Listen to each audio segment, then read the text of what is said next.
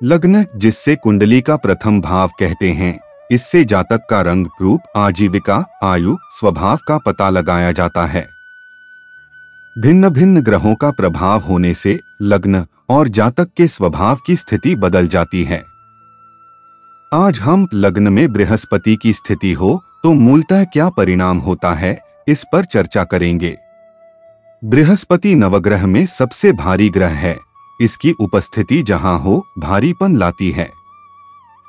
लग्न में बृहस्पति हो तो ऐसा जातक बेहद जिम्मेदार होता है।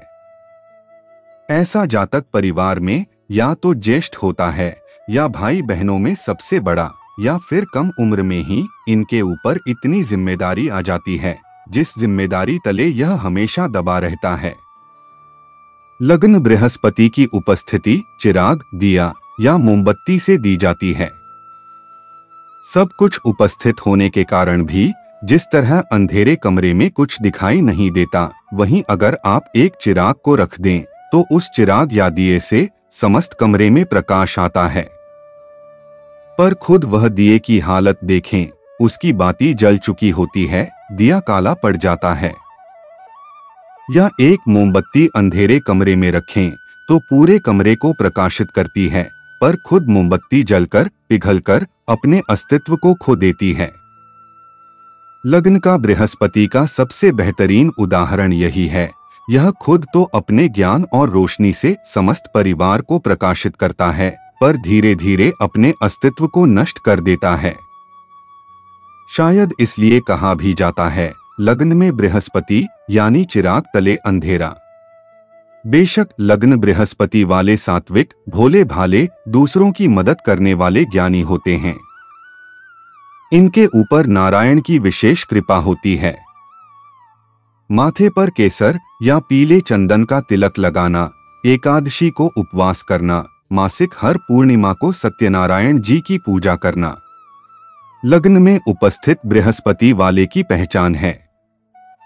बढ़ते उम्र के साथ लग्न में बैठा बृहस्पति यह तो अवश्य ही सिखा देता है कि इस दुनिया में अपना कोई नहीं। उन्हें अपनापन सिर्फ नारायण में नजर आता है। ऐसे लोग बालकृष्ण लड्डू गोपाल की सेवा करें तो मोक्ष की प्राप्ति होती है। लग्न में बैठा बृहस्पति सामाजिक कल्याण करवाता है। कुंडली में अगर गुरु योग कारक हो तो बृहस्पति की महादशा में जातक पद प्रतिष्ठा की उत्कृष्टता पर पहुंच जाता है। लग्न में बैठा योग कारक बृहस्पति और बृहस्पति की महादशा जातक के पास अकूत धन संपदा, लग्जरी वाहन सब कुछ होने के बाद भी जातक बेहद सादगी और साधु भरा जीवन जीता है। यानी यह बृहस्पति जातक के भौतिक चाह को खत्म करके आध्यात्मिक चाहत से जोड़ देता है। लग्न में बैठा बृहस्पति छोटे मोटे देवता के समान है। जातक को अपनी खुद की खोई हुई शक्ति का कभी ज्ञान नहीं होता कि उसके अंदर कितना अद्भुत शक्ति का निवास है। कलयुगी आचरण शराब, मांस, मदिरा, हिंसा, स्वार्थ, द्वेष और पर स्त्रीगमन आदि जैसी चीजों में लिप्त होकर जातक अपनी शक्ति को खो चुका होता है। पर जातक अपने शक्ति को जागृत कर ले तो यही लग्न बैठा बृहस्पति अपनी महादशा में चमत्कार करवा देता है। ऐसा जातक एकांत प्रिय होता है, उसे अकेला रहना पसंद होता है। अपने से बड़े उम्र के व्यक्तियों, बुजुर्गों के साथ इसका उठना बैठना होता है। लग्न में बृहस्पति बैठा हो और कुंडली में राहु की स्थिति अच्छी हो तो जातक गजब का सलाहकार होता है, और इन दोनों के साथ अगर शनि भी अच्छा हो जाए तो फिर क्या ही कहना। सदैव याद रखें, नवग्रह में 3 ही ऐसे ग्रह हैं जो जातक को मोक्ष के द्वार तक पहुंचाते हैं: राहु, शनि और बृहस्पति। बृहस्पति ज्ञान का कारक, राहु यथार्थ का कारक और शनि प्रारब्ध का कारक। शायद इसलिए तीनों ग्रहों की महादशा एक दूसरे के बाद आती है। पहले राहु की महादशा, फिर गुरु की महादशा और फिर शनि की महादशा। जब तीनों का मिलन हो जाए तो जातक को धरती और आसमान दोनों का ज्ञान आर पार नजर आने लगता है। या यूं कहिए, जातक को ईश्वर का साक्षात्कार प्राप्त हो जाता है।